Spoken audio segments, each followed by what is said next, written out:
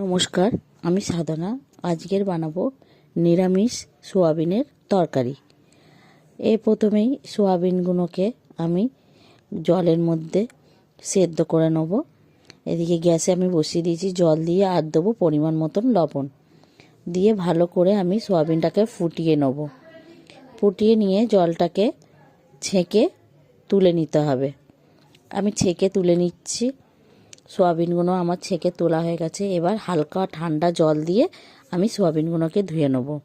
এদিকে ডুমো ডুমো করে আলু কাটা হয়ে গেছে। আলুগুলোকে আমি তেল দিয়ে ভেজে নেব।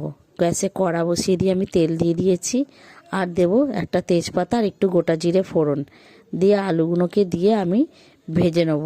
আলুগুলোকে আমি লাল লাল করে একটু ভেজে নেব। এর মধ্যে একটু নুন আর হলুদ দিয়ে দিয়েছি যাতে আলুগুলো ভালো লাল লাল করে ভাজা যায়।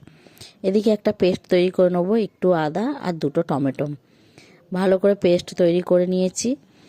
এবার এদিকে সোয়াবিনগুলো ভালো করে আমি নিংড়ে আলুর সঙ্গে ভেজে নেব। আলুর সঙ্গে সোয়াবিনগুলোকেও আমি ভালো করে ভেজে নিয়েছি। এবার ওই আদা আর টমেটোমের পেস্টটা দিয়ে দেবো। দিয়ে ভালো করে নেড়ে চেড়ে কষিয়ে নেবো। নেওয়ার পরে পরিমাণ মতন হলুদ গুঁড়ো, লঙ্কার গুঁড়ো, জিরের গুঁড়ো, ধনের গুঁড়ো আর দেবো নুন আর কাশ্মীরি লঙ্কার গুঁড়ো আর একটু চিনি দিয়ে সেই মিক্সির বাটি ধোয়া জলটাও দিয়ে দিয়েছি। দিয়ে ভালো করে কষিয়ে নেবো।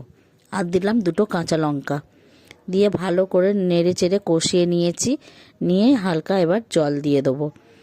জল দিয়ে ভালো করে আমি নেড়ে চেড়ে চাপা দিয়ে ফুটিয়ে নেব। ভালো মতন আমার সোয়াবিন তো আলু সব ফুটে গেছে, আলুগুলোও সেদ্ধ হয়ে গেছে।